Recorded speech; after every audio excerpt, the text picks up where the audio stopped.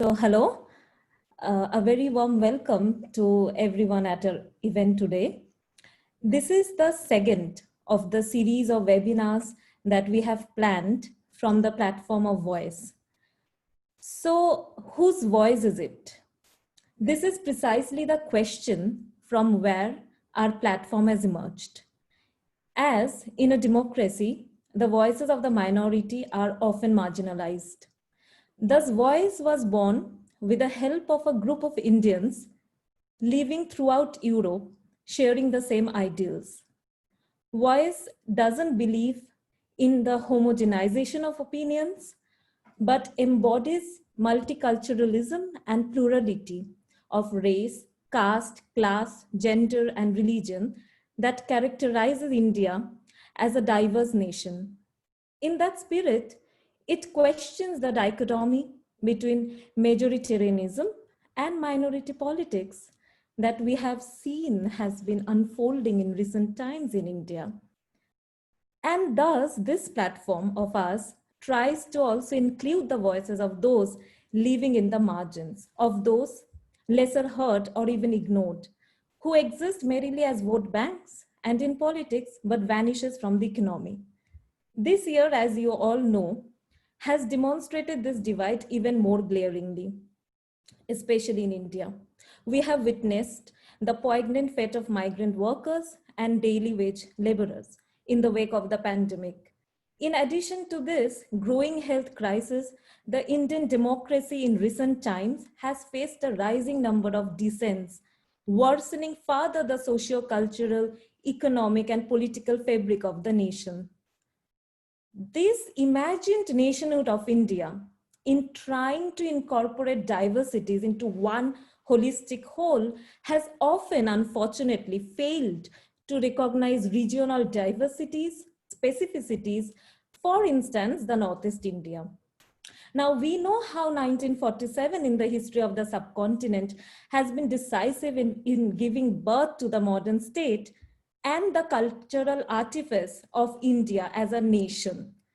So the entire historiography of the subcontinent before 47 in a way gets blurred, as the year was the threshold after which distinct nation states controlling movement of people and new definitions of citizenship emerged. Thus, in order to address these growing frictions and the paraphernalia regarding borders, integration, nationalism, migration, the insider-outsider discord, culture, race, society, and politics, today's panel has been organized. A region often stereotyped as the other, the Northeast India, with its own distinct history and culture, has remained a voice almost unheard. Assam, for instance, is going through the worst nightmare now for the devastating floods displacing and killing many. In fact, over 45 lakhs people have been affected. How many of us in the rest of Europe know about it? And yet it is not declared even as a national disaster. And the most unfortunate thing is that this is almost normalized and regularized. Each year we know Assam floods in this way. Until now, we do not have concrete measures to deal with the situation. And the pandemic has even worsened livelihood over there. So I'll request my colleague Ansar if he can show a short video on the Assam floods so that we know exactly how the situation is, and it is made by one of our panelists, Azad. Yes, I'm going to share my screen now. Yeah, thank you.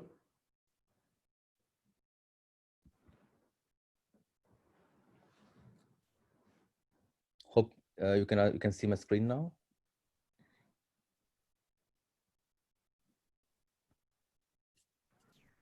Yes, we can see. Yeah, it's not playing yet. Yeah, I need to start it. Okay, so I will start it. বাচ্চা তো মায়ের বুকেই থাকে এরকম পানি 5-6 পানি হইল নাও দিয়ে মানুষ ডাহি তাও মানুষ পাই না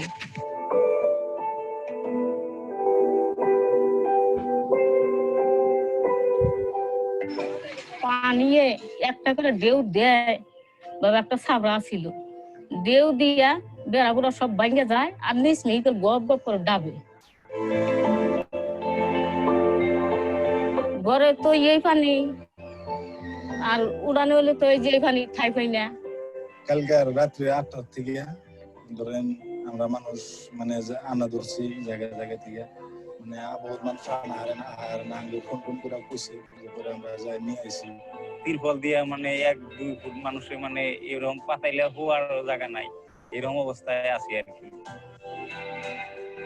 800 ধরেন প্রায় মানুষ আছে বাচ্চা টাচ্চা নিয়ে তার ভিতরে আমরা ধরেন প্রায় 450 ছাগল মানে বেড়া গরু মোষ এগুলা আছে। বিলটা খুব বড় না ছোট আপনার বহলে 80 আর দিকে হইতেছে 200 লম্বা।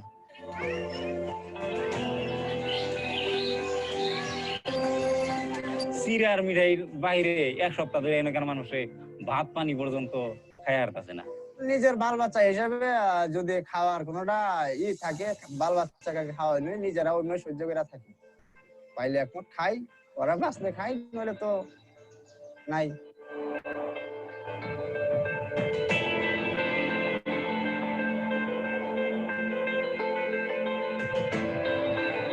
সবচেয়ে বড় প্রবলেম একটা হইলো এটা হইলো আমাদের মেয়ে মানুষ আছে তাদের পেশাব পায়খানা করার ল্যাট্রিন বাথরুম নাই বা এরকম গা ধুই না বা এরকম মানে ভালো একটা বিশুদ্ধ পানি খাওয়ার এরকম পানি নাই টিউবওয়েল নাই। একটা রিলিফের পেপারও পাইনি সিরা পেপার আগের বছরে আসার তাই টানাই রয়েছে।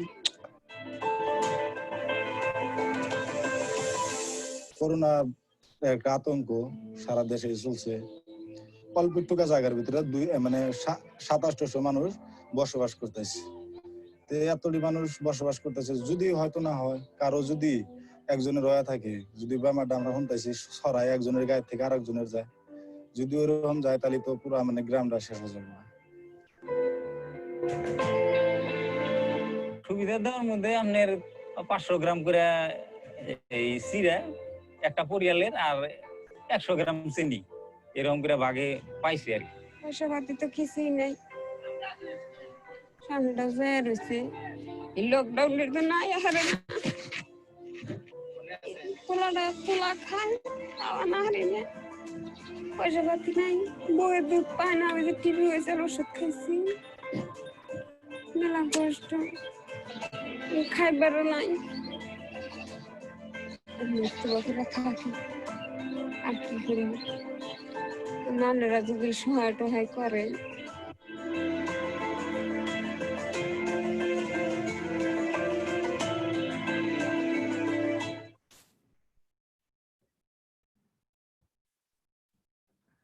Okay.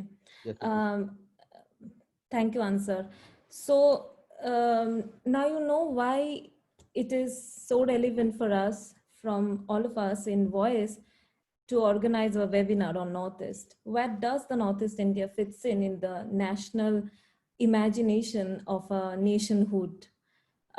This is for the panel to address, and without wasting any more of time, I'll introduce our moderator today, Professor Paula Banerjee. And for me personally, it is a matter of huge honor and pleasure to welcome her here, because I myself have learned a lot from her.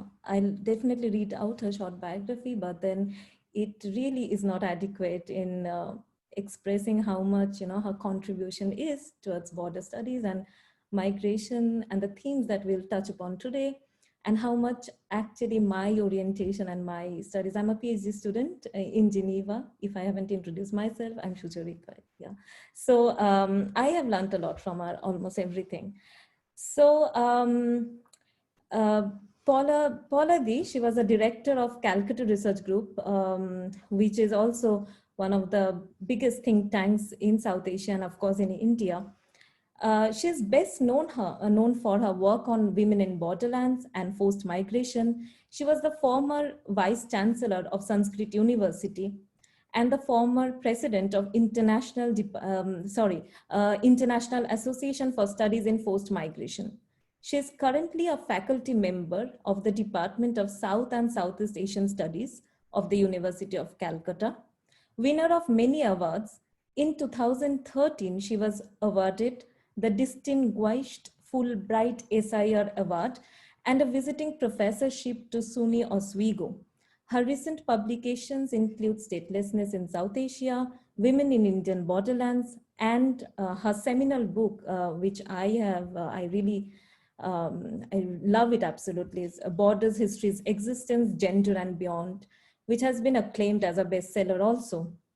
She is the editorial board member of a number of international journals, the editor of Refugee Watch, which is a journal run by Calcutta Research Group.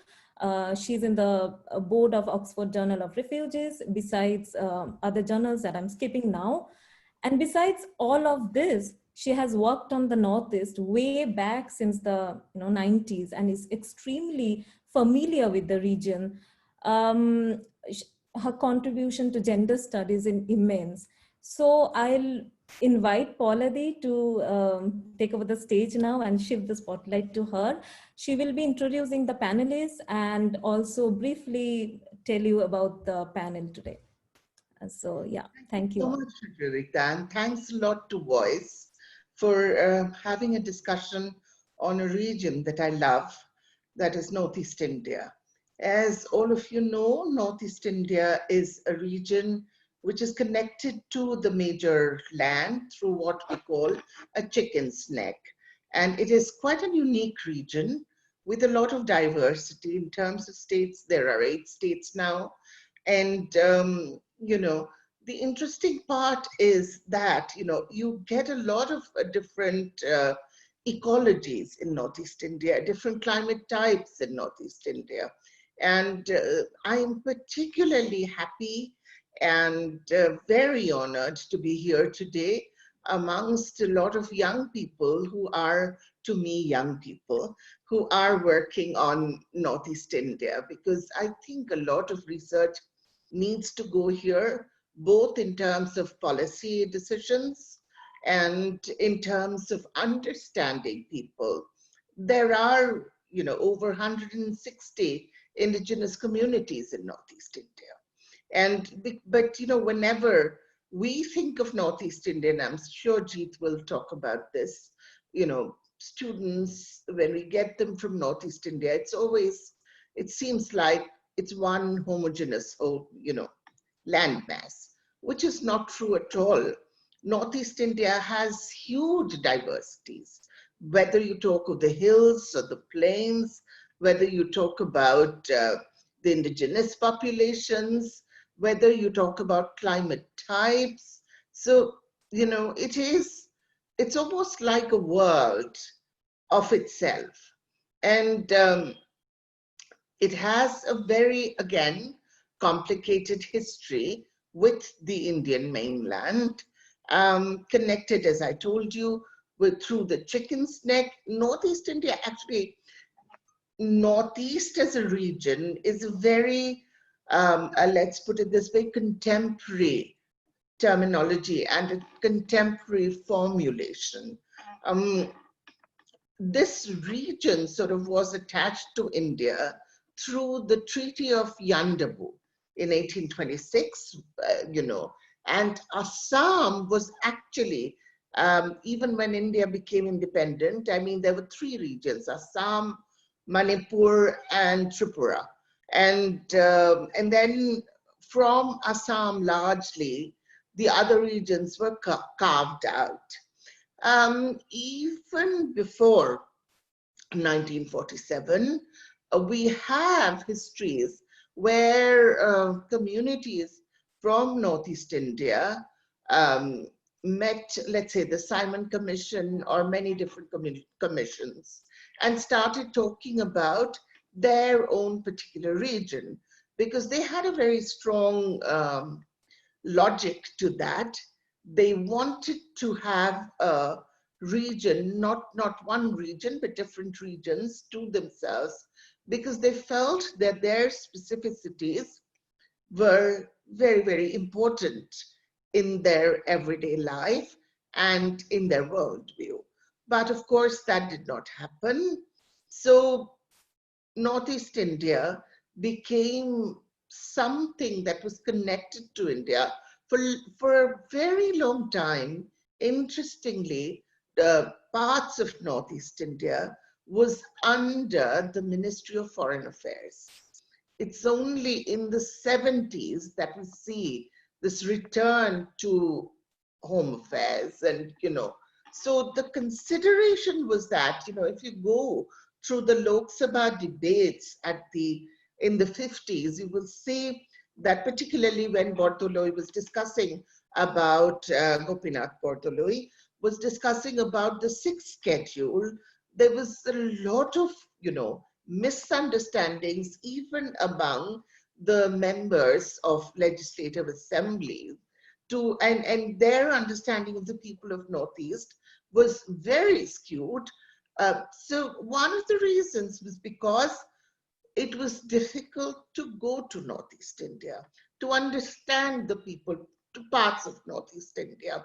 I mean, if you want to go to Arunachal Pradesh, even from one part of Arunachal Pradesh to another part of Arunachal Pradesh, it's very, very problematic to travel by land. So, that proximity, and also because a large part of Northeast India looked different, felt different, food different. Now it has become a fashion to go to Assamese cafes, or for that matter, Naga cafes. People talk about, oh my God, food with bamboo shoots, excellent. But this ethnicity and the fashion of, now whatever we do, we talk about ethnic dresses, ethnic speech, without really understanding how ethnicity impacts on a region. And notwithstanding all of that, Northeast India became a part of India. But as I said, that part was a contested part because there were so many different groups of people residing. And also, one of the truest thing of world history is this whole question of migration. And even in the Universal Declaration of Human Rights, there is, this whole phenomena that people can settle wherever they want to. But, with the majoritarian way that ultimately Indian nation came into being, Northeast India was otherized. People from Northeast India was otherized. So I think when today the pandemic has shown us that the world is so connected, it is very difficult to erect borders in the world. It is very, very important for us to look at the question of unity, because we cannot afford to keep people as foreigners in their own land. So talking about this diversity, we have today two very interesting panelists who will come in. I think we will first ask Jeet Hazarika, who I knew as a very fiery, firebrand student leader of Tata Institute of Social Science from Mumbai. Jeet was the president, if I'm not mistaken, of that student union. Now he's grown up to be a PhD scholar. We are all very excited. And he will talk about student politics, because student politics, as anybody who follows Indian politics will know, has become progressively more relevant today than before, because now you have all these questions about students taking over the streets, students protesting, and student politics can make or unmake governments today. So I'm very excited to introduce Jeet Hazarika from Assam, of course, and he will tell us a little bit about student politics, particularly the perception of students from Northeast India, and where do they figure themselves to be in this national India that we have today. So over to you, Jeet. Yeah, hello, am I audible? You have 10 minutes and you're audible. Right. Thank you, Professor Banerjee. That was a, really very comprehensive introduction to the region that we are discussing today. And also I thank Voice as a platform for inviting me to be a part of this discussion. I think it's an important platform that has been created, and such engagements are very crucial if we are to really understand, India as a diverse country. And like, like the topic itself mentions, the theme of the discussion, that is the unity in diversity, and will come down to the Northeastern perspective, particularly with respect to this idea of unity and diversity.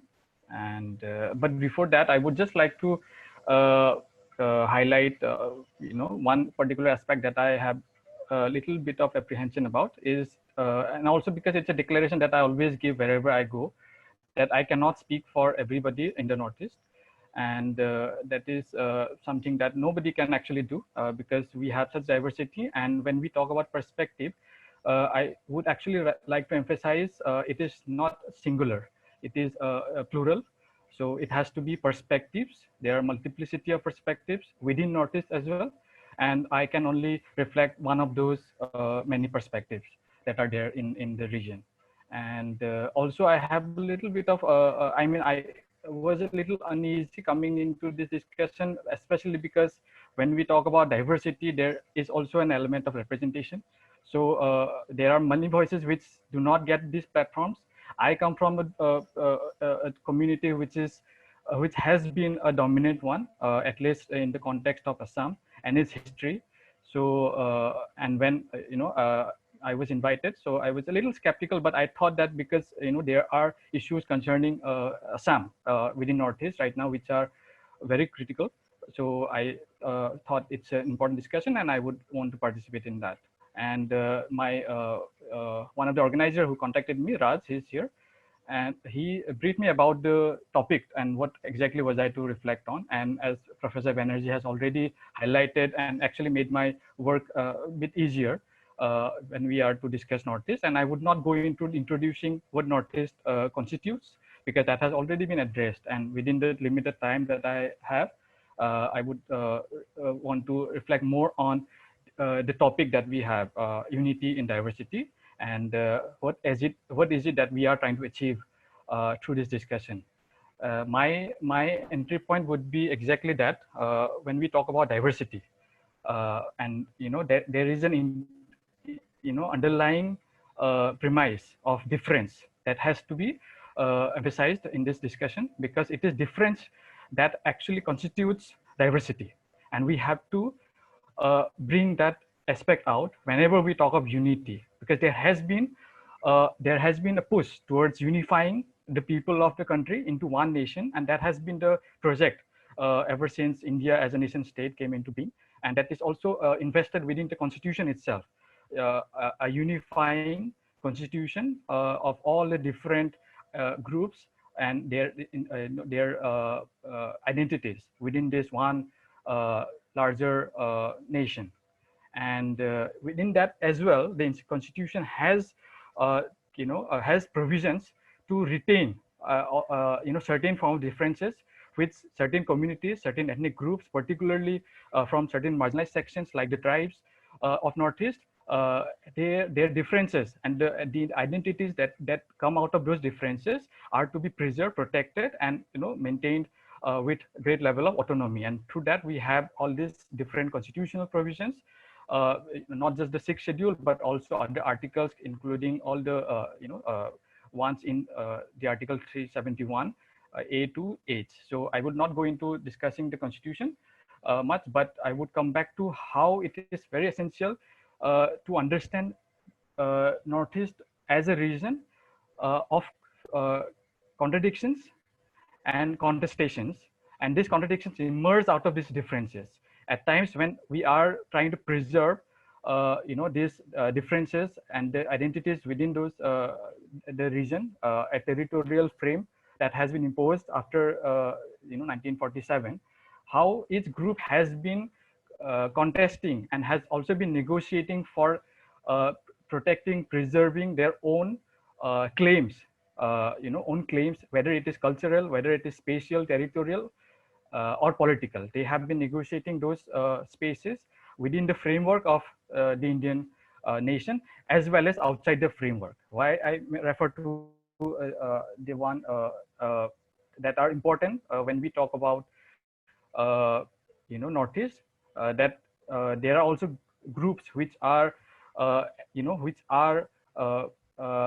are existing parallelly with the Indian nation state, and there has been a project to bring them within the Indian nation framework, and that was the particular principle, the unifying principle, as Dr. Ambedkar mentioned, while the sixth schedule was being conceptualized. And we can go through, like Professor Banerjee has already highlighted, we can go through the discussions while these provisions were being formulated, and what were the notions, what were the perspectives that was there from the larger mainland towards the people in the region. And I would say the perspectives were highly discriminatory, and obviously, there has been a racialization of the region in terms of primitiveness, in terms of backwardness, in terms of their practices being savage and barbaric, and so forth. So these are certain perspectives that has continued to exist even till date, and it has its manifestation in different forms. Certain milder forms of racism, certain milder forms of discrimination, and sometimes it is also manifested in very violent, atrocious forms. And that is something that we have been frequently witnessing and addressing through different forms of engagements with people from outside the region. But even within the region, I would say that it is not that all groups are equally placed. There are hierarchies, there are hegemonies, and there are also intergroup contestations. So that is something that I would also want to emphasize. Now, how do we frame these contestations? That is also important. Now, there has been a lot of discussions, debates, arguments about these conflicts, contradictions, within different groups. Now, based on different markers of ethnicities. So I would emphasize the part ethnicity here, because it is not solely on the base of one common factor that this discrimination is happening, or this form of contestations are happening. Now, even within tribes, there are contestations. Even within non-tribes, there are contestations. Now, there are factors of language, there are factors of religion, there are factors of other ethno-cultural identities, which are constantly at play when these contestations are being played out in different platforms. With respect to students' participation, I was asked to emphasize also a little bit on my own experiences, particularly in the mainland area, where these discourses are not as prominent as it is in the region. Students' participation in politics in the Northeast has a historical precedent.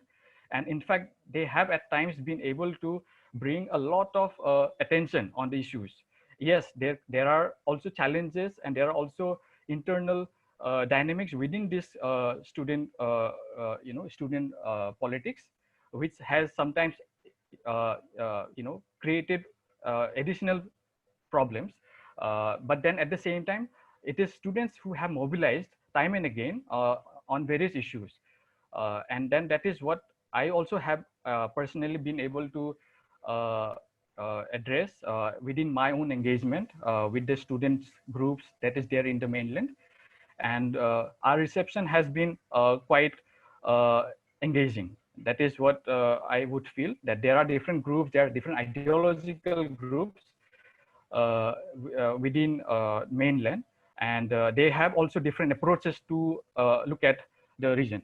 And that is where we have also been able to some extent, I would say, make them understand that there is a need to locate the issues in the region, and the frames of references that are there for other issues in the mainland at sometimes are very hegemonic and also limiting to address the issues in Northeast. I would have wanted to go a little more in detail, but if I don't know if I'm running out of time. Yes, you are. You have to sum up in 2 minutes, please. Sure. So I will just like to again lastly emphasize the whole part that we have to bring more focus on. That is the idea of difference, and what form of difference is it that we are willing to sustain, willing to protect, willing to enable through different constitutional measures, through different protective schemes, but there are also forms of differences that we have to eradicate. That is also something I want to emphasize, that there are differences in terms of caste, in terms of race, in terms of class, in terms of religion as well, which at times have adverse impact on the communities and their determination of their self-respect. So that is where we have to bridge these differences. And my closing note would be on greater engagement with these issues of ethnicity, of race, of caste, as well as religion in Northeast through the lens of the people there. And I invite all scholars from the mainland to come and address these issues, but at the same time also approach with caution that there can be hegemonies if we do not take in the voices, the multiplicity of the voices in the region. So that's, with that I end my delivery. Thank you. Thank you so much, Jeet. I think Jeet brought out a very important aspect, and that is the multiplicity of questions that are there in Northeast India. And he candidly talked about state versus community, community versus community conflicts, which creates a lot of a paradigmatic shift, in fact, in our understanding of a state. But then a state is always a hegemonic state. And how does it addresses questions of ethnicities, race, religion, and I think he missed one more R, which is resources, because all of these impacts on questions of resources. And he also very correctly brought out the perspective that he is speaking from his own location. All of us are speaking from our own location. We cannot be the voice of other groups. However, we can, as a community of scholars, understand the different paradigms. Now I will introduce another exceptionally smart person, Abdul Kalam Azad.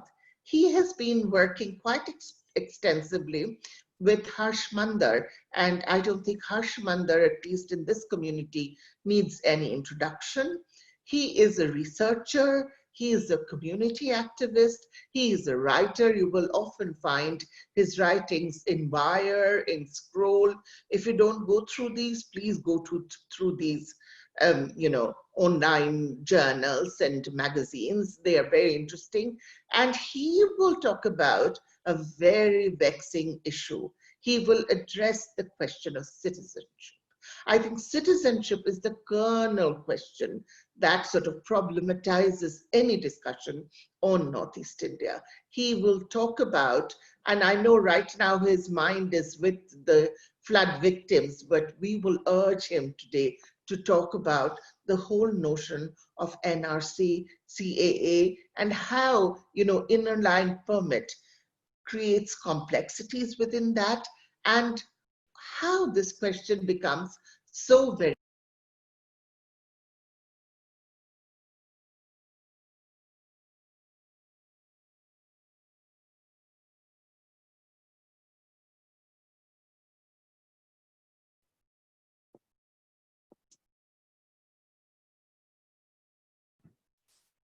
So is the connection interrupted on Professor Banerjee's part, or?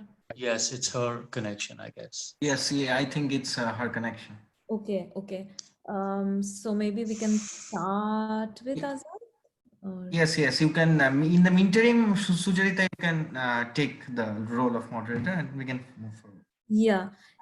No, I think what Pauladi was almost at the end of her introduction to Azad, and she was urging Azad to speak on, the citizenship, this entire debate that has taken India by storm, and how Northeast India, and in particular the minorities, feature in this narrative. So if you just throw a bit light on that, that will be really interesting for us to hear. Thank you. Yeah, over to you, Azad.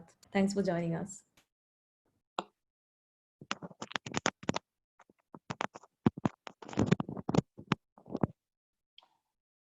Thank you. Thank you, Professor Banerjee, Sucharita, and Voice, and also thank you to Jeet for giving this, the complexity in within Northeast. So, as I'm asked to talk about NRC citizenship and the recent developments, often I get this question about the Muslim questions in Assam, and when we see how the in national level, in national context, how the Muslims responded to NRC and CAA, but there is some sort of different situation in Assam. So I would start with this, and then I will go into a little bit more detail. And again, this perspective is not as Jeet was saying, that I'm not talking on behalf of anyone. This is one of the perspective. There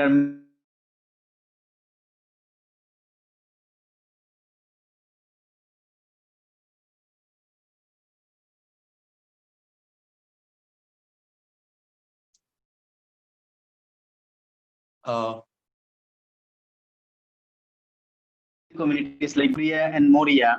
They are ethnic Assamese-speaking Muslims. They are also this another community called Deshi Muslim community. These communities are seen as indigenous, aboriginal Muslim community in Assam. We also have Muslims, Bengali Muslims, especially in Borak Valley. We have the immigrant Muslims, Bengal origin, Assamese Muslim. Now many of us are calling ourselves as Mia Muslims. So these are the some sort of various categories of Muslims, various identities of Muslims which are in Assam. This is the Muslim is not a single identity. And when we see how in national context Muslim responded to NRC and CAA and what happened in Assam.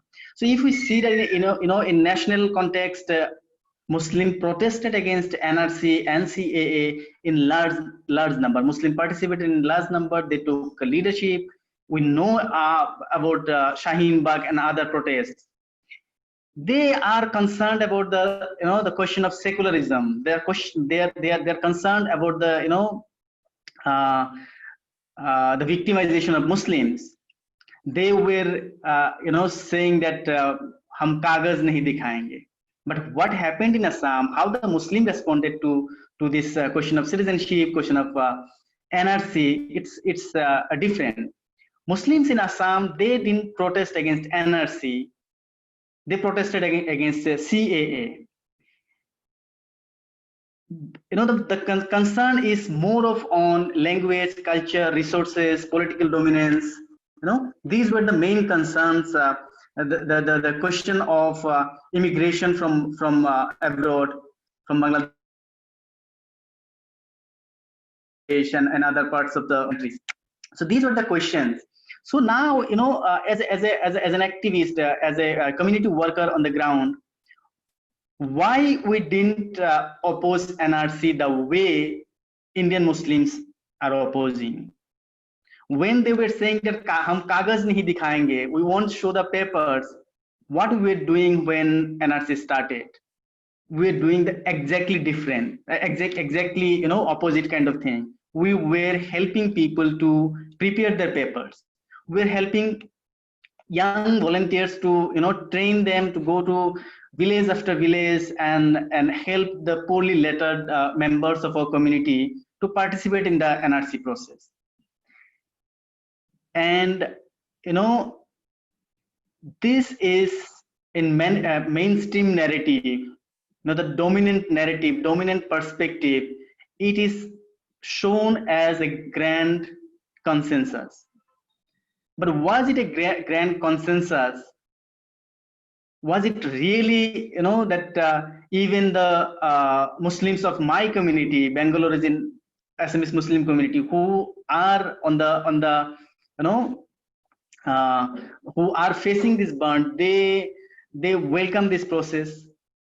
to understand this, I will have to explain a few more things, a few more socio-political complexities.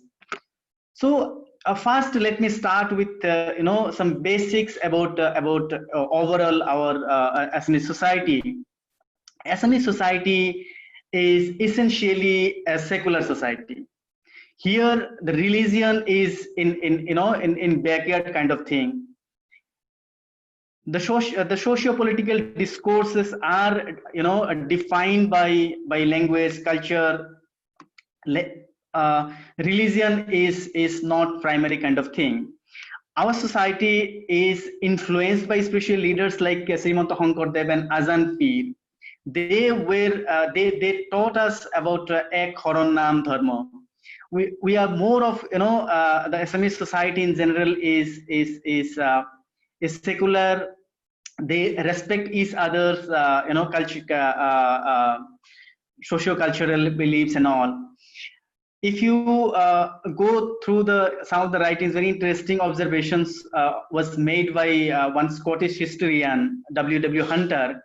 He said that Goria Moria sects of Islam, though they are Mohammedan by religion, but they appear to be of Aboriginal descent. But Assamese society has huge problem with immigrants.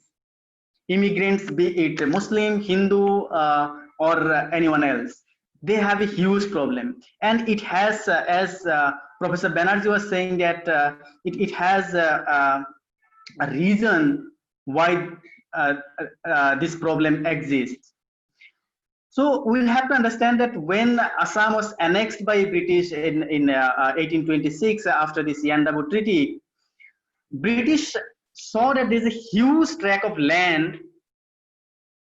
Okay, I'm running out of time. So yeah, so first thing is that this opposition towards immigrant, that created problems starting even before the independence of our country. We got line system where the immigrants were almost segregated. Today in Chor area, River Island area, these are mostly dominated by immigrant Muslim community because they were not allowed to settle in the mainland areas. Now coming to how the Assamese society, even before independence, their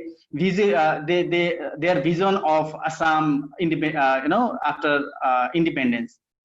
In one of the editorials in Assam Tribune in 1947, it was argued that the civilization of Assam was imagined as Mongolian, where culturally, racially, and linguistically every non-Assamese is a foreigner.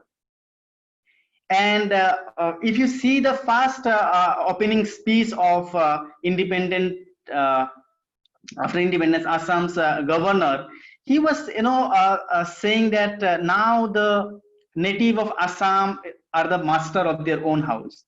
And these were not just editorials and speeches.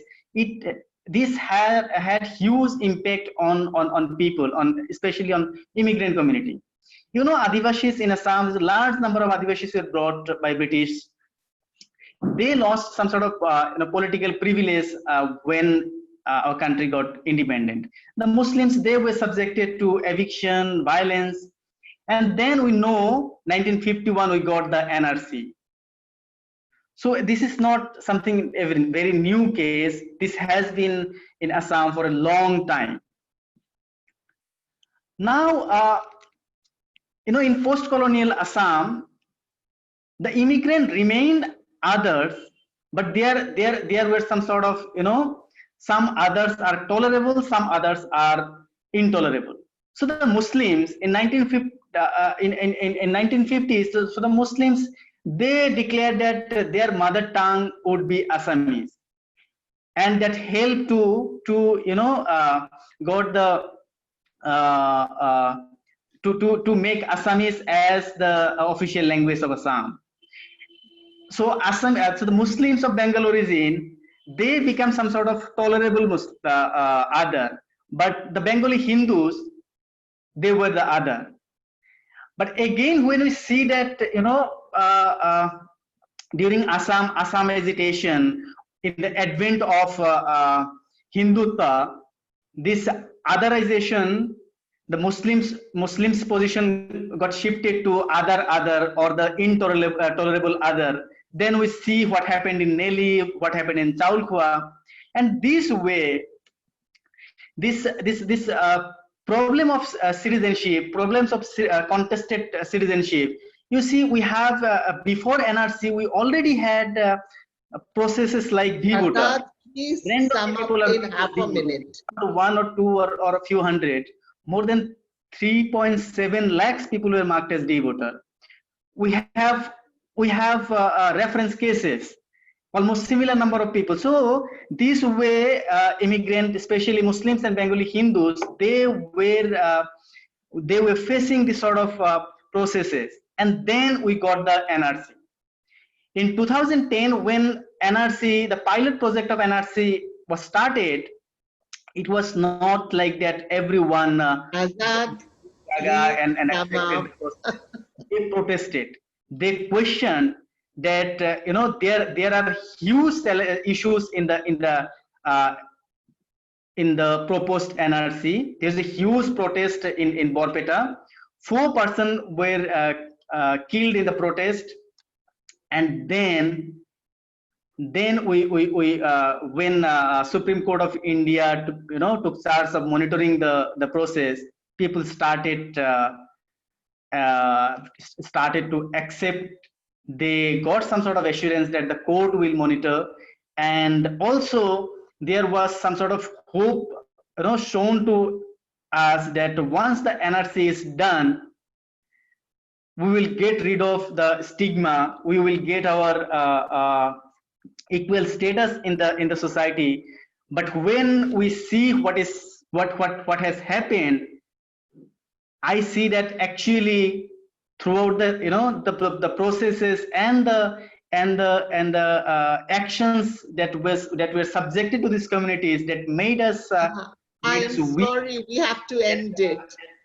Made us lose our resistance, and we become part of the process. Here I can remember what Hannah Arendt don't remember anymore. She said that they become the part of darkest chapter in the whole dark story. So we become part of the story. So I'm not sure how much time I have, or I have already. Don't have any more time. We've given you 17 minutes. I will finish it as soon as possible. So what is the consequences of this citizenship contestation processes on community? Being a community activist, community worker, I feel I should tell this, I should share this. These exercises, this crisis of citizenship has huge impact on communities. You know how it has affected the mental health. Nearly nearly 50 people, they have died most unfortunate way. They committed suicide. They died in the NRC queue. And it is not just the mental health. It has affected.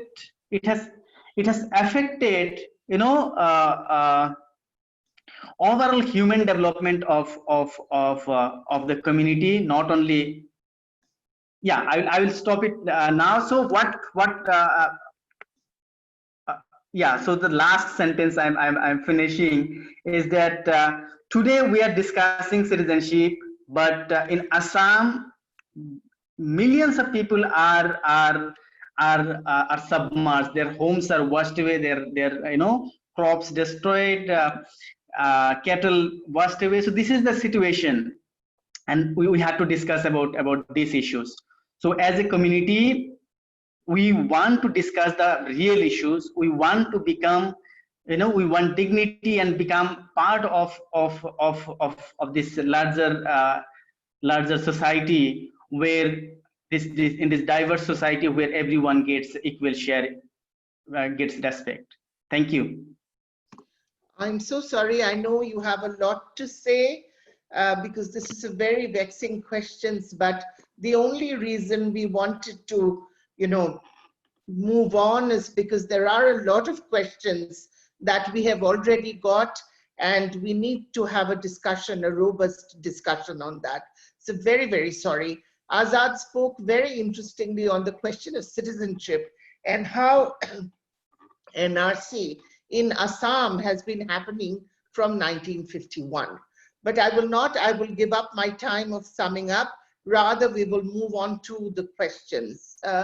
My first question, and these questions are questions that we have collected from the floor. I'm just stating it for lack of more time. So my first question is to Jeet. Jeet, people here wants to know about the perceptions that students from Northeast India have in other major, metropolitan regions like Bombay, like, Delhi. And the other things they want to know is how do students from Northeast perceive themselves in these regions? Especially how, how the authorities, how the state authorities can do things which are better so that, we can have a more unified region. So over to you, Jeet. Yeah. How long do I have to respond to this? You have 2-3 minutes. Okay. We only have 10 minutes, so we want a discussion. Sure. I'll just keep it brief. Actually, this question is very, it's a very common question that comes across any discussion on Northeast. People migrated to mainland. How are they received? How are they perceived in the mainland? I think it's not a complex question to answer, actually, because the experiences are diverse, obviously, but there is an experience of otherness, and there are also experience of exoticization and different forms of discrimination. But then again, this discrimination is also experienced differentially, I would say, obviously because of racialization of particular communities, that is the Mongoloid ones. So they tend to face more discrimination on an everyday basis. And there are communities who are relatively better off because of obviously their cultural orientation. Those who are Hindu, maybe they will also who are mainstream, culturally, and who have little bit of more affinity, let's say, towards the mainland cultures. So they would face less of those discrimination. Within Northeast, there is always this kind of experiences are not felt. So only once you step out of the region, that is when you feel this this idea of being a racially different other. And that's where I think relatively they are less confronted with racialization in the Northeastern region. So that's probably what saves their perception with respect to their own identities. And what can the state mechanisms or state processes do? I would say very little, because what the state could have done that has already not been implemented properly. The kind of protective schemes that are there, for example, different forms of atrocities that are committed on marginalized communities, that is the scheduled castes or scheduled tribes, they have some form of protection. But then again, not all of them, not all of the people belonging to Northeast are SC or STs. So they don't have legal measures.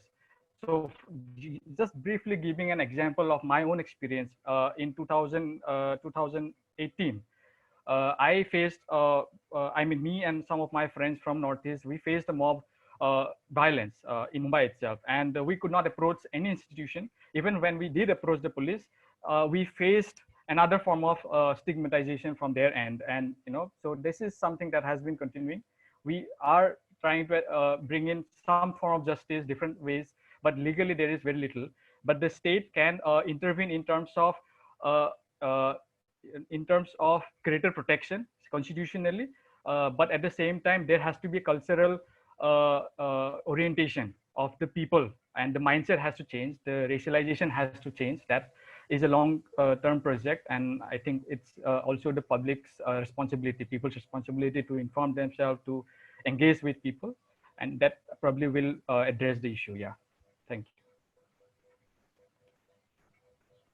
I can't hear. In continuation to the question, Jeet, I have the next question. This is a very problematic question, so if you don't want to take it up, that is fine with me. But do you think that the movements in Northeast India are xenophobic in nature?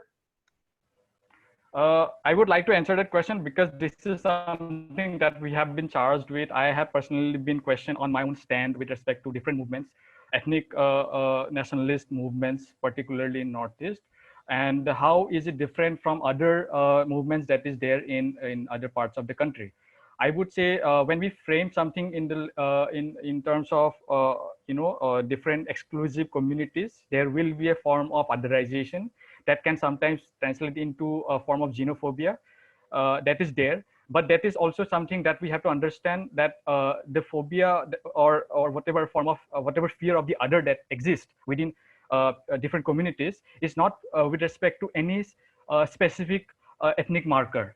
So even a Kuki will have similar issues with a Naga. Even a Mizo will have problems with a Chakma. So even an Assamese will have problems with the Bengalis. So there is even within the quote unquote the indigenous communities, there is this otherization and this fear of the other. If we are able to frame it as xenophobia, then I can probably agree to that framework of xenophobia. But we have to be really grounded in our analysis and our perspective with respect to these different movements. What are the actual contestations and what are the roots of this contestation? And that is when we can actually identify where does it fit in. I would largely say that the xenophobic framework is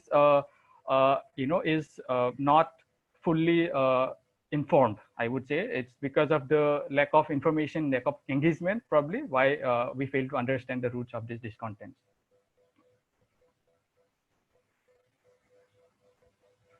Now, my question is to Azad.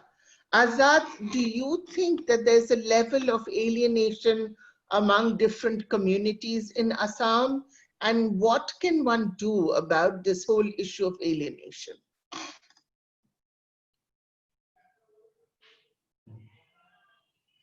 Azad? Yeah. Yeah, there are certain communities who are feeling alienated. It includes both the immigrant communities like Adivasis, the Bengali Hindus, Bengali Assamese Muslims, and also the tribals. There are certain tribal communities in Assam, those who are somehow their aspirations are missing from the the state's overall imagination. So when the question how we can address this, I feel that if those who are in the leadership position, those who are in civil society, in the intellectual community, they should respect. They should give the due dignity to these communities.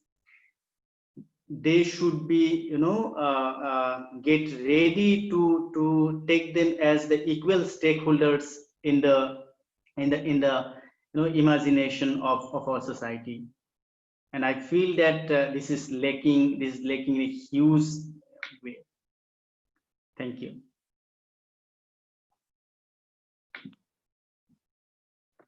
Thank you so much, Azad. I think we've been having an excellent discussion, particularly keeping in mind that these questions are extremely problematic. I've been working on Northeast from the early 1990s, but some of the questions are to me very evocative and very problematic to answer.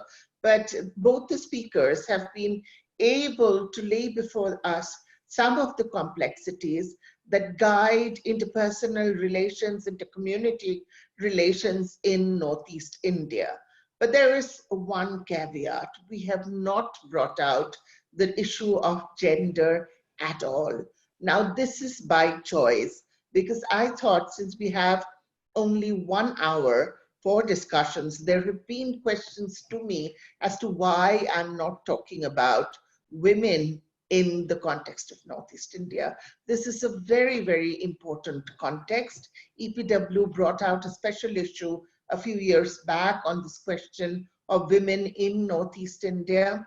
So I would urge you to think about that. I will go to the organizers of Voice and say, we need a special episode on women.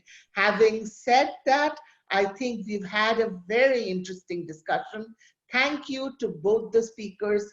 I know both of you are, working with the communities, working with the grassroots, so you have a lot to say. We need to listen to you as well, because you are the future leaders of your community and hopefully of the country. So I'm sorry if I've cut you off, but time is short. We have to move to other programs. So let us say the discussion will continue, but for this webinar, we will move on now. Thank you very much again to all the listeners and particularly to the speakers. Over to you. Thank you. Thanks a lot, Paula Di. I mean, thanks for moderating the session so well. I mean, otherwise we wouldn't have even kept to the time probably, and to both of our panelists. As Paula Di has very correctly pointed out, this is what we have also been discussing for a while, how we need women also in the panel and discuss the question of gender. So yes, thank you. If you are agreeing to this, then probably in our second part soon we'll have a panel on this gender question, of course.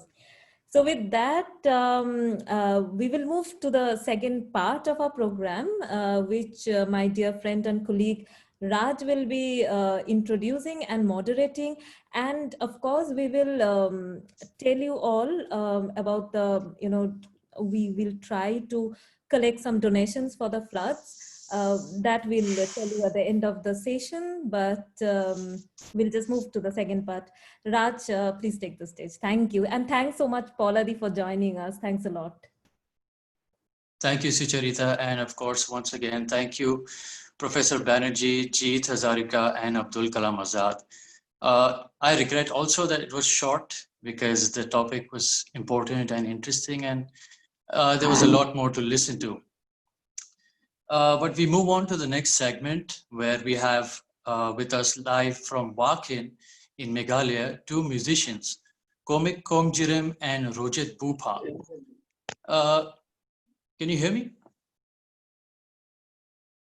Yeah, I hope you can hear me. I'm not sure.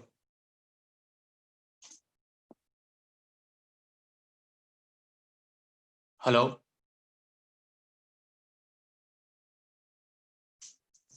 They need to unmute. Okay, you can hear me. Do you hear me? Yeah. Okay, yes. Yeah, okay. fine. So we have live from Wakin in Meghalaya, two musicians, Komik Khongjirem and Rojet Buhphang. Komik Khongjirem. Yeah, they belong to the indigenous tribal community, the Khasis, who make up the majority of Meghalaya's population. Yeah. Now we know, and as we discussed, that the identities of people in India are currently under threat. We have a government that right now, instead of focusing on unifying the people of India, is trying to impose a uniform Brahminical identity upon different people of the country. We have, different languages, cultures, religions, cuisines under threat right now, and they are at the brink of erasure. Just like all indigenous peoples across the world who are fighting such cultural fascism and erasure, the Khasis have been at it also, and much before India gained independence, when Meghalaya was under British control. One of the most important festivals in Meghalaya happens to be the annual celebration of the Sang Khasi movement, which began in 1899 to fight British domination and cultural erasure. It is this movement that provided a boost to the playing and learning of this traditional Khasi music. So we have Komik and we have Rojet. They're going to speak to us about their traditional music, the importance of this music to their culture. And we're joined by Snar Singh Malgyang and Dimusing Khongjirem, who are going to translate for us because Komik and Rojet are going to speak in Khasi, so they'll translate it for us in English. Hi, everyone. Hi. So can you please tell us more about the music that you play? And you also said that you have a school where you teach. Can you tell us a little more about the music and the school together?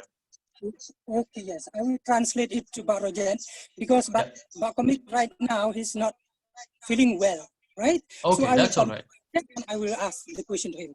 Rojet, all right. Ini kesikit tiba syaitan dia puak senang api, but kena kata ke school ke basing tu, namun tak bangga kan? Okay, Rojet, yes. Kesikit tiba yang dia tam ni senang, yes. Kita tentang kesikit yang parong ni, kalau white. White, kaksing maste, ba, skip jong, kaksing thai. Yes. Okay.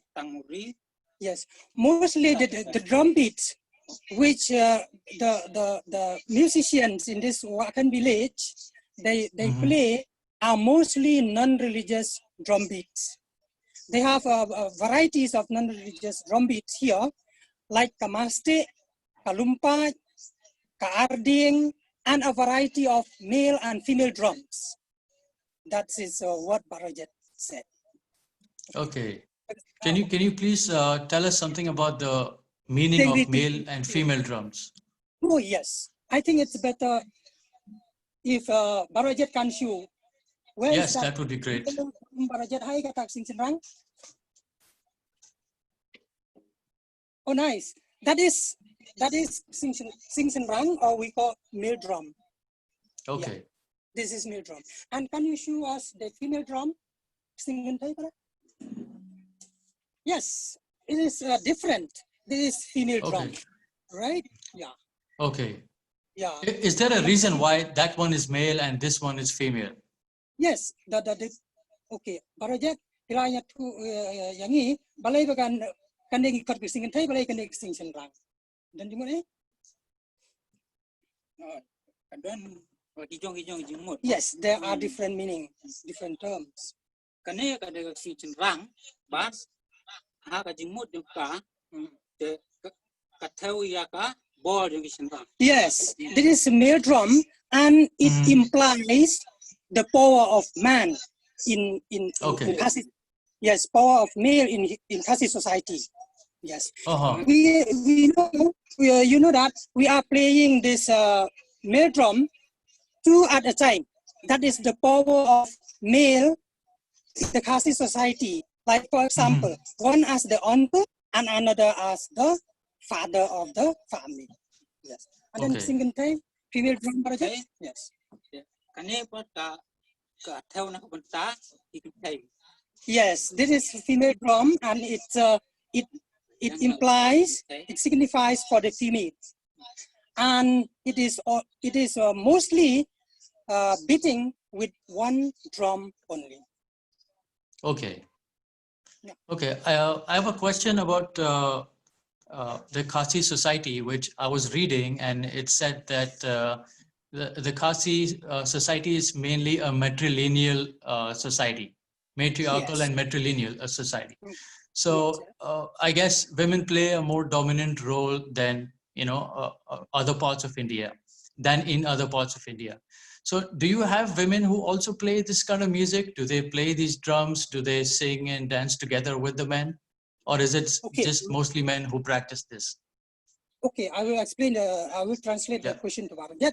Rojet, once more. Yaitu yang ini, hatu hapok ke Khasi jongi, kilap baki kentai baki senrang ke yaper ke jing rekam jeki lah ni kabor ke jongi, lah ni kisngo bau senrang ukam panbor bani kentai, haka ilang salang. Okay, that's Rojet speak. Okay. Haka jing Khasi jongi, kentai baki senrang hoi. Kidon kama same yatali, then lay haka ball part, ki don like a jong. Yes. He can take it come long throat, Yes. Okay, fine. Actually, we have male and female here in our Khasi society. We have the different roles they play in all societies, and the power they play, it's almost equal. The male as the male as the breadwinner. They they earn the living, whereas the female are the caretaker of the house and the family. So the power of male and female are almost equal in our Khasi society. Okay.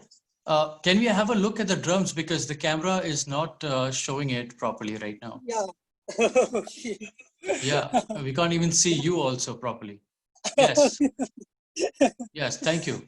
Thank you. Yeah. Yes, now you're clear. Okay, that is interesting. So my other question is that we hear that Meghalaya is a, like a hotspot for rock music, Western music, rock and roll, and other kinds of new Western music. Yes.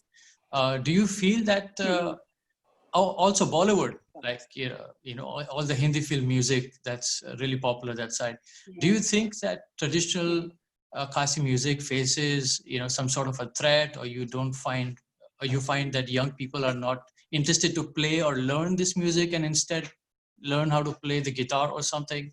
Okay. Do you feel that? Okay, fine. Okay, let me translate.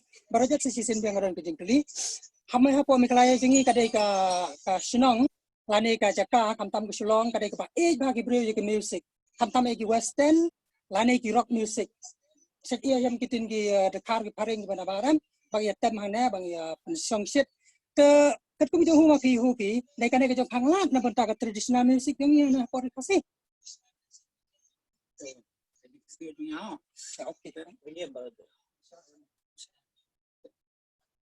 Kajing wan jong kaput atem jong pinongway mo. So ndai bangi ni ten rai kajing dingi pada kapan klet no kan. Kapan klet no. Kapan klet no ialah kajong te kapan du bol no. Ten rai jar kataru te ndai bangi dadu adu kata-kata. Te kadon ni kajing ya la kajong. Yes. Okay, yes, according to Rojet, yes, especially Shillong is the town, I may say, the town which are love of music, right? Like rock music and Western music. But according to Rojet, is that is not the problem. That is not the problem. Yes, people they can watch or they can they can listen the other music, but the most important is that they will not forget their own music, as our ancestors has given us since ancient times. Okay. One of the most important movements, as I mentioned and I learned also, was the Senkhasi movement. And it is celebrated every year. And I think the next celebration is upcoming in the next few months. And can you tell me how long it has been, and what does it mean to you, particularly Rojet, Komik, all the musicians right now? What's the importance of it generally? Okay. So, Barajat si sen biang kadan question. The kumno kat kum kajing snow jong pi kane kajing wan jong kaseng khasi kaju penlong kini ki program ki man nakapor manus nem kum kisya ki men bakita ki wai hatu bisngau kajing snow jong pi bisngau ba kane garap baka kenti una kane kasi music kami kajing wan jong ndai kajing wan jong kaseng khasi ko ladang se dang wasna ela waseng pada slam kan ekba sispa sistem tam den kajing don jongka ai bor sibun ba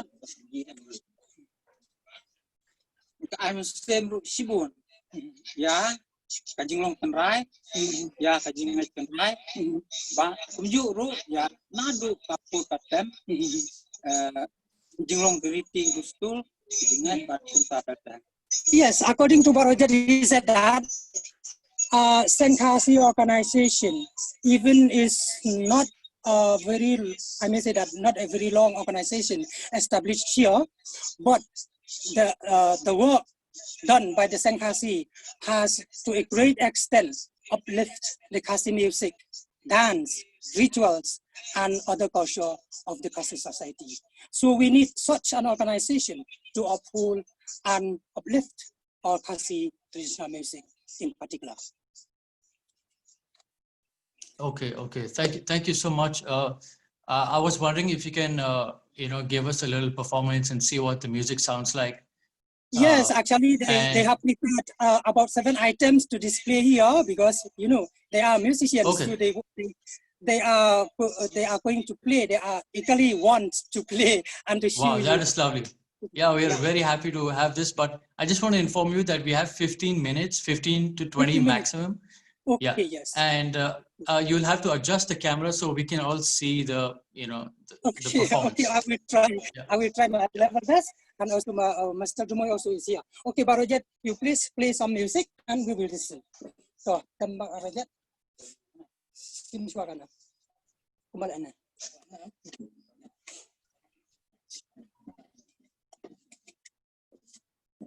So, kapag nang mukha atau ya tanya suara izin dan nanti. Yang sedang tem suara adalah skill lumpat. Makanya ka skill lumpat ka theo o ka yang ya atli kiten kata lum ba pat. Te lum ka mo ka ba lum ka ba ban ai penda yaki. Okay, yes. Here they will play the lumpat. The lumpat is derived from the two words lum and pat. Lum means to gather, to come together, and pat is the crowd. So let's listen the music of lumpat. Okay. All right.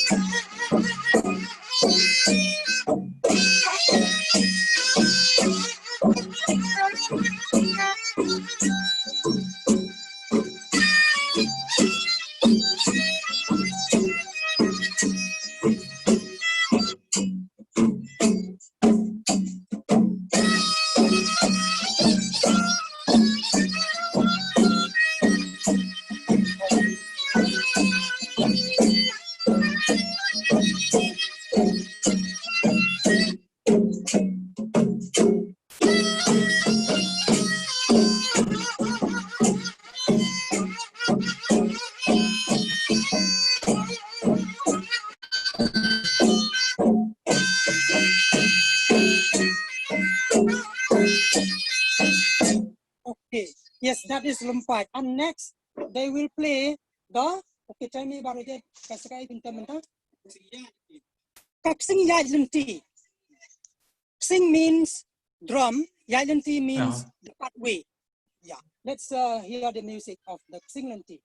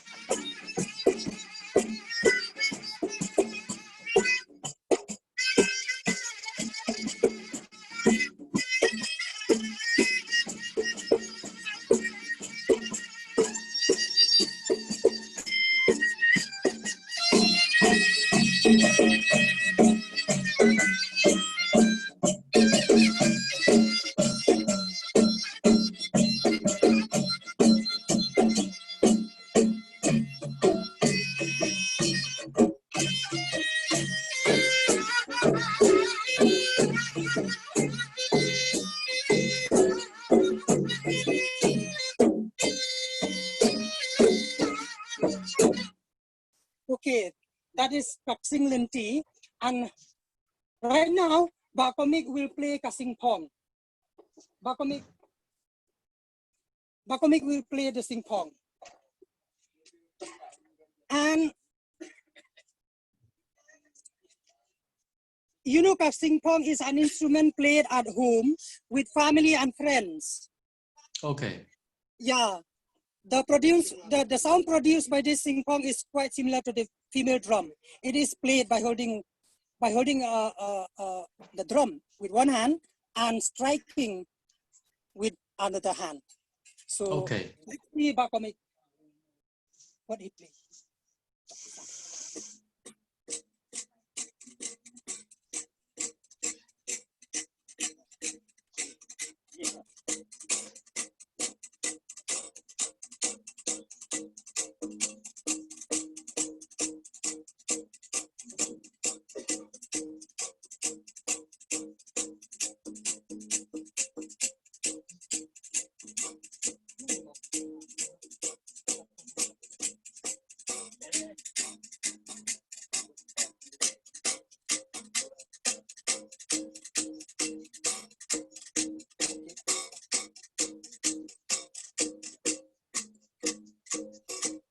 Okay, thank you, Komik. That is Kasing Pong. And they, you know, they have also another drum beat, and I think they will play. What, Rojet or Komik, what are you going to play now? Oh yes, now they will play the female drum. Okay. Only one beat they can, yes, they can play right now. Kaksing Kantay. Kaksing means drum, Kantay means female. Here, you will see the female drum. There are varieties of female drums actually played in our, you know, in our village. But one of the most popular drum beats in female drum is the arding. It is so called because, yeah, it is accompanied by beating a small drum by two pulses beat. This drum beating is mostly relevant to the female dancers. Okay, let's see.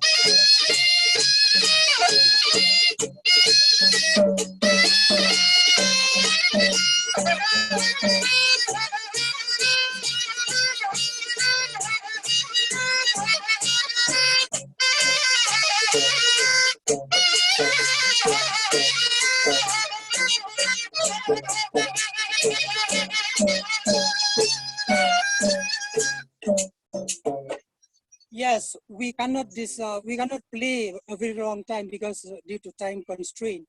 Because they have another drum beat, so they will play now. So let's wait what they are going to play. All right. Okay, Komik now will play. What is that, Komik? Kedor. Yes. Yes, that is kedor. Kedor is an instrument. Yes, made from cane and bamboo. Three bamboo pipes, yes, with different sizes are being played. And this kedor is used to play in the cultivated field to drive away wild animals. Yeah, like bear and tiger. While hearing the sound of the kedor, these are wild animals get scared and frightened. Okay, let's play the kedor.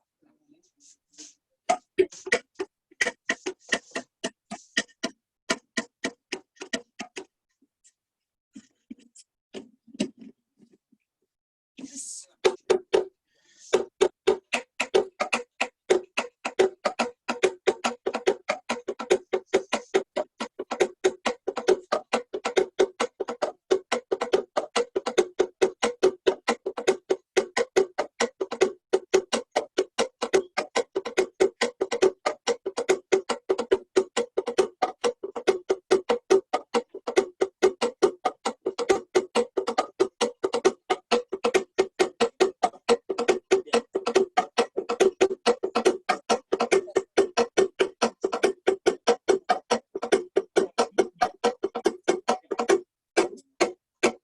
Yes, that is the beat of kakador,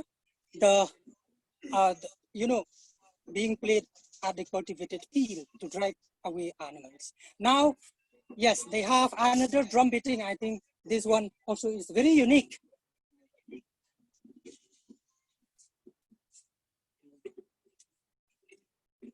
And this one also is very unique.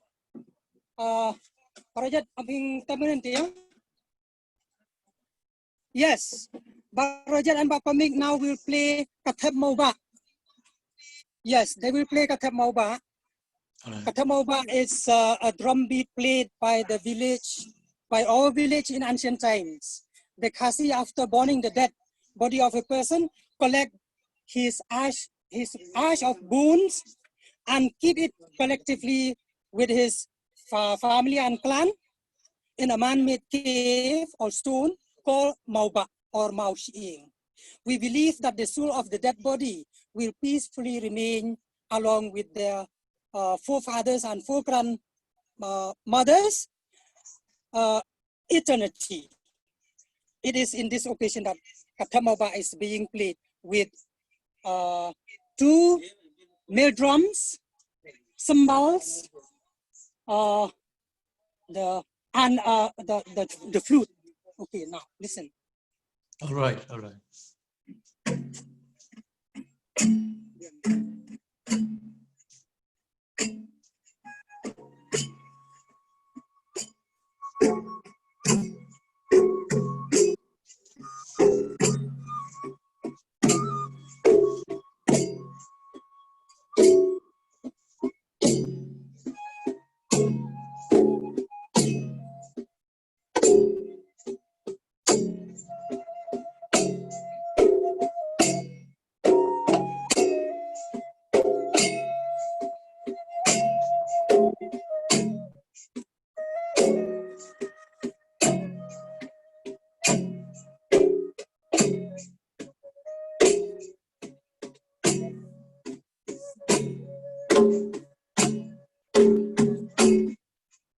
Yes, that is the Thep Mau basket. But last but not the least, they have one more item to showcase here. Please, Barajet, along with his colleagues.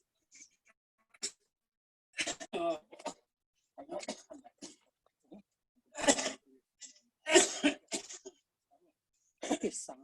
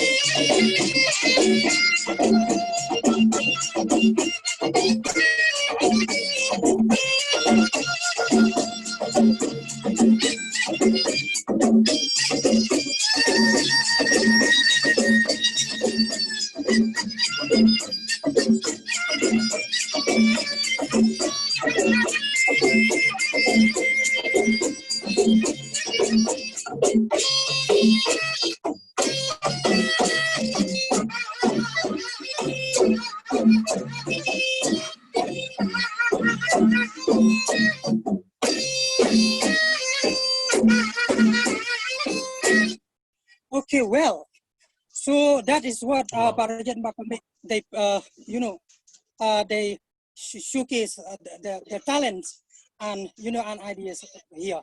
Kamaste here is derived from the Maste dance, which performed by the female and alongside with male dancers.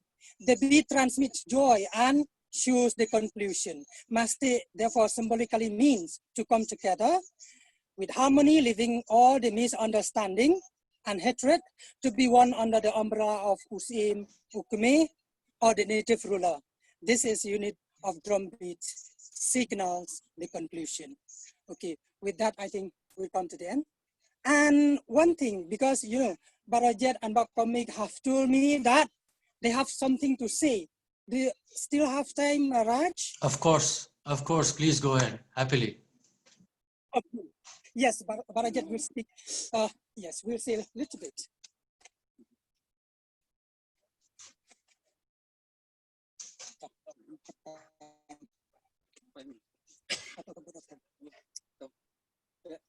Nakaliang jungi mga ay Komik patukan hun jungi te swa bangin ya klak nang neo asnau pa dai ban ha ka jing play it bok ki yang ya pi baro iba te simbenta akan neka jing ya brand jungi ba kam tam ya ka kan hun jong iba dip ibala penkrat na do bisngi kiba kaman shwa banyak penduduk. Okay, yes. Okay, thanks for the organizers in this program. Unity in diversity, yes, as Rojet has said.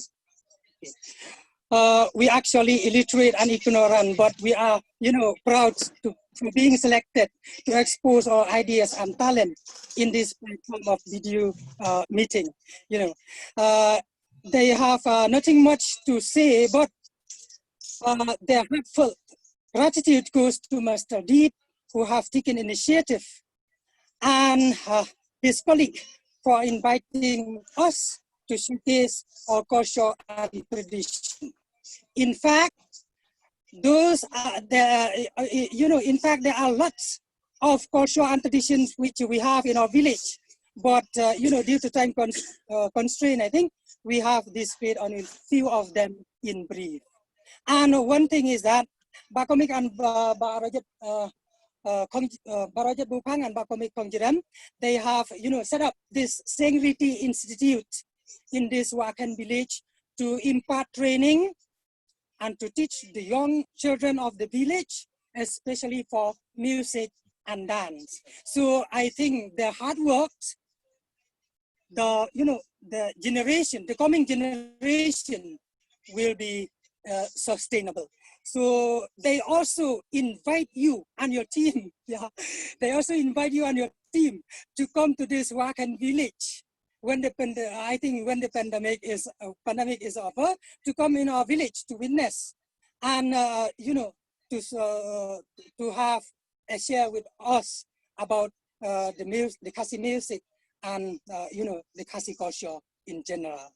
Okay, with that, we thanks all, especially the viewers. I think they have, inspired us for a lot. So with this few words, thank you. Thank you terribly very much. In fact, we are very grateful that you took time out and you came out to do this. I've been getting messages already. I can see on my phone. Everyone's talking about the music and how you're speaking, in fact, and how you're telling us about the music. It's just great. Of course, there's a pandemic and it's hard to get there, but everyone's already talking about that they want to go to Shillong or Wakan and they want to see Meghalaya and also see more of your culture. Thank you very much. I want to just give you my best regards on behalf of the whole team. I wish you well, and hopefully we meet one day. Also, you mentioned the school, so we have pictures and videos of the school which you sent us. We're going to put it up on the platform, and we're going to have more and more people see it and send support in whatever way possible. Yeah, this is the place where we are now. Yeah, that is Singularity Institute. We are here right now. Oh, great, great. This is the school itself. Yeah. It's the institute teaching for the traditional music and dance. Yeah. we are here. Amazing. Okay, Great, from my great. side also, we thank you all, and hope the program is success. Thank you. Thank you. So thank you. So that was Rojet, Komik. Rojet. We were, yeah, Rojet Buhphang, Komik, Khongjirem. We were joined by Mr. Snar Singh Malgyang and Demusing Khongjirem. I'm just going to hand this over to Shan, who's going to say a few things right now. Shan.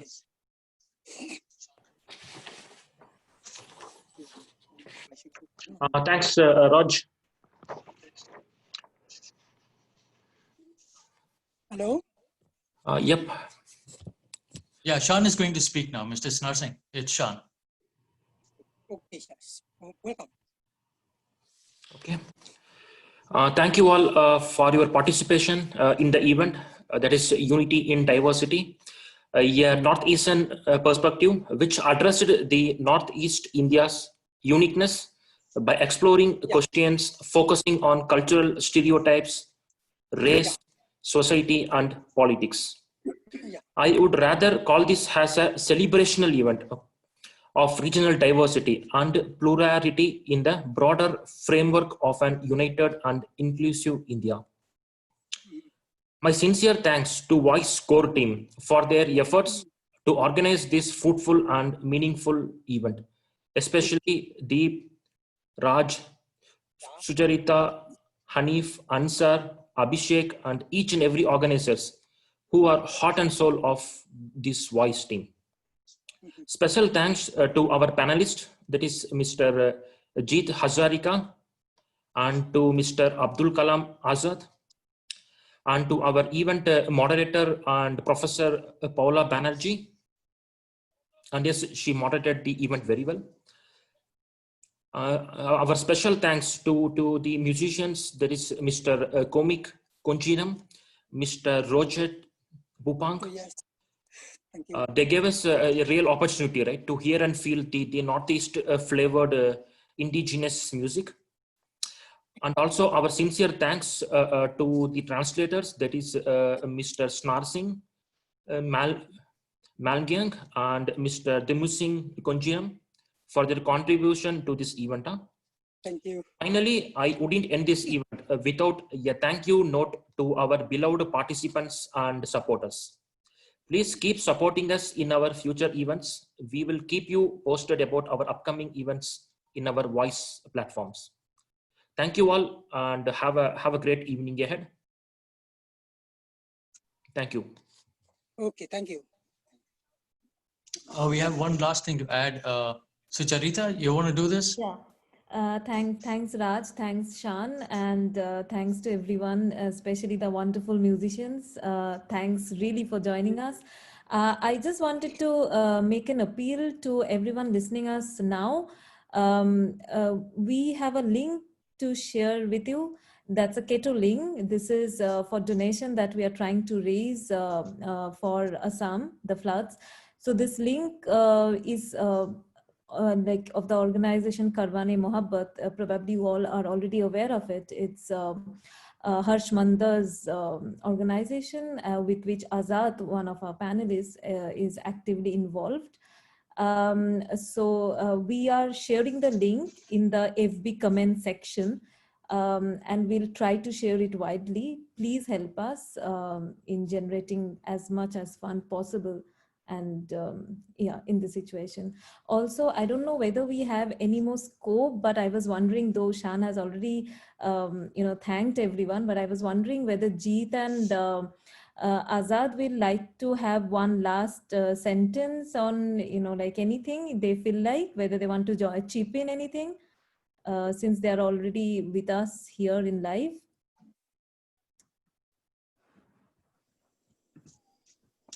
So, otherwise we can end, but Jeet and Azad.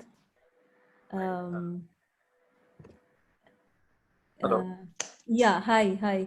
If you just, sorry, any concluding remarks? Yeah. Yeah, just a second. Yeah. Yeah, thank you for this wonderful program, actually. And I really enjoyed the whole Khasi cultural musical performance. I think, and I really appreciate the people joining us from Meghalaya. And I have an association with Meghalaya myself, being a research scholar. I did my MPhil in Meghalaya, so I really admire the way they are retaining some parts of their cultures, which are obviously being in decline. So that's something that I really appreciate Voice team to bring forth. And yeah, before this program concluded, because I felt obviously because of the paucity of time, there were so many points I wanted to make, but maybe at a different platform or on different occasion. And just want to make one short clarification because I got a couple of responses from my friends regarding one comment that I made on the question of xenophobic movements. So my question was particularly with respect to the contestations that are existing in the communities, not movements as a whole, because there are different types of movements ongoing in the Northeast, for different reasons. There are movements against the state, different forms of resource exploitation, so and so. So obviously, like, my comment was more or less on the contestations between communities, different ethnicities. That is where I was focusing my response to, actually. So just a bit of clarification so that I do not want to frame movements within this framework of ethnic contestation. So that's there. And thank you so much for appealing for the flood victims. I think that is really really a good initiative from the end of Voice, and I hope that we are able to somehow at least bring some relief in whichever capacity we all can. And yeah, with that I end.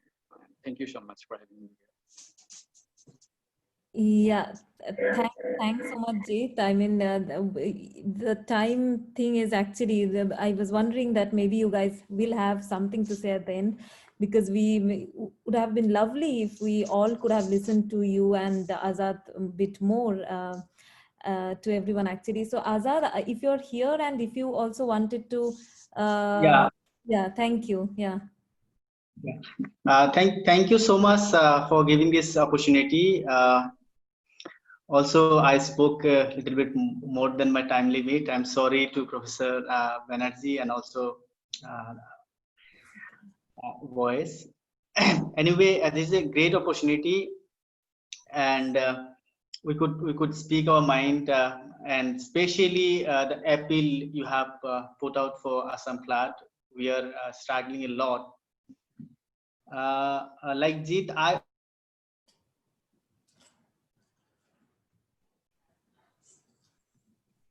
also have one clear to those who are watching it. They are giving some sort of questions that how we can call the Muslims immigrant. There's strong belief in especially in Bangalorean Muslim community that we are not immigrant. We were part of undivided India. So since the time was very little, I couldn't explain all those things in a detailed way. But yeah, we'll have to understand the sentiment of the community who is have been one of the most hardworking community, and always they feel being part of greater Assam, but very often they face the structural violence, violence in terms of what we have seen in Navy, in BTAT, especially during the NRC process, how they had to suffer. So yeah, I don't want to take much time now. Thank you, everyone. Thank you for giving this wonderful opportunity. Thank you. Thanks everyone. Thanks Azad and Jeet, and of course Mr. Snan and everyone, and Raj, Shan for ending this. So with this, we can end the meeting. Thank you. Thank you so much. Thank you. Thank you. Bye-bye. Thank you all. Thank you all.